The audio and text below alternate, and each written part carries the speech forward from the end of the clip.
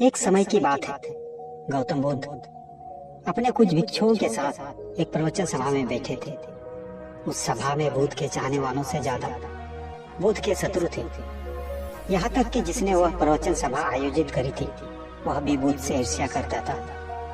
सभा का आयोजन राजा के महल में हुआ था, इसलिए राज्य के सभी मुख्य लोग वहां उपस्थित थे।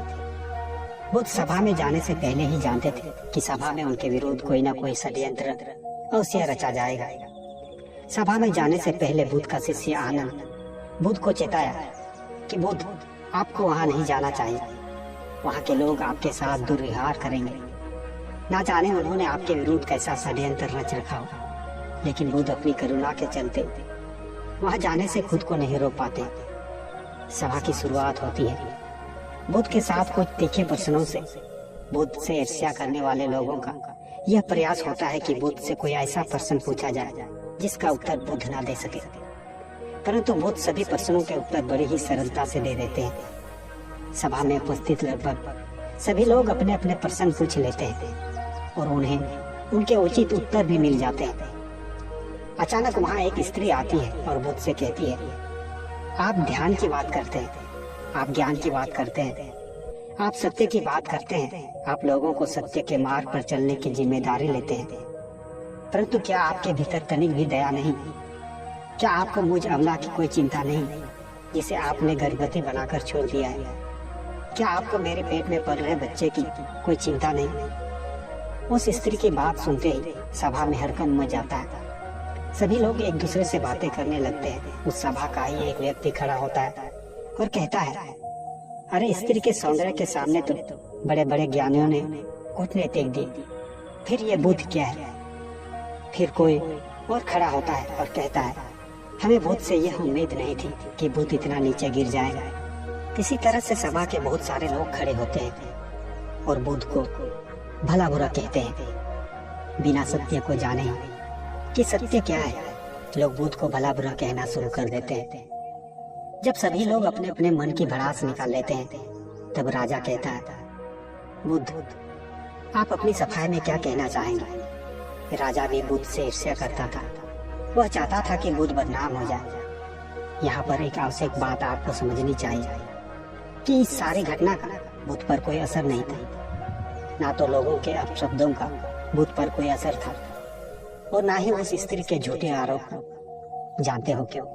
क्योंकि बुद्ध जानते थे कि सत्य क्या है। वह अपनी नजर में ठीक थी।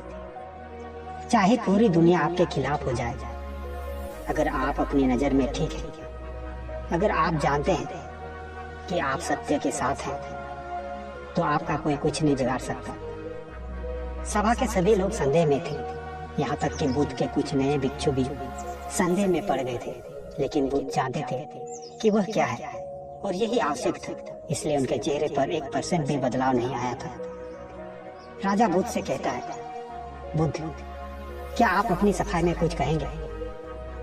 बुद्ध उस स्त्री से कहते हैं, पुत्री, इस पूरे ब्रह्मांड में केवल 2 ही लोग इस सत्य को जानते हैं कि तुम सत्य कह रहे हो या असत्य। इससे पहले कि बुद्ध कुछ आगे कहते, वह स्त्री बुद्ध से अपनी नजरें चुराने लगती है।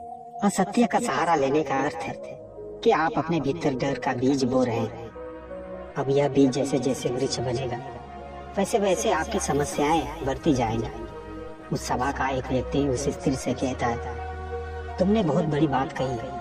अगर यह गलत साबित हो गई तो तुम जानते हो ना कि तुम्हें क्या दंड दिया जाएगा।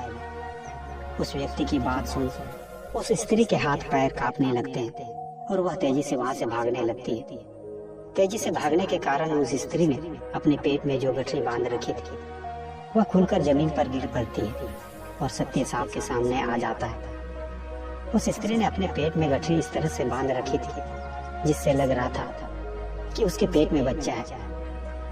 राजा उसी समय उस स्त्री को बंदी बनाने का आदेश देता है, परंतु बुद्ध के कहने पर उस स्त्री को क्षमा कर दिया जाता है।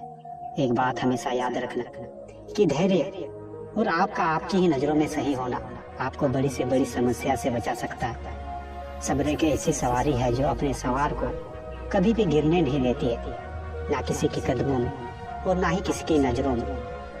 धैर्य के माध्यम से कई लोग उन परिस्थितियों में भी सफल हो जाते हैं जो कि एक निश्चित असफलता जान पड़ती है। सही समय की प्रतीक्षा के लिए धैर्य और जिन परिस्थितियों से हमारा सामना होता है उससे दुखी न हो जाने का साहस ही हमारी आध्यात्मिक राह में दो सबसे बड़ी परीक्षाएं हैं। जो व्यक्ति धैर्य का मालिक है वो बाकी सभी चीजों का मालिक है।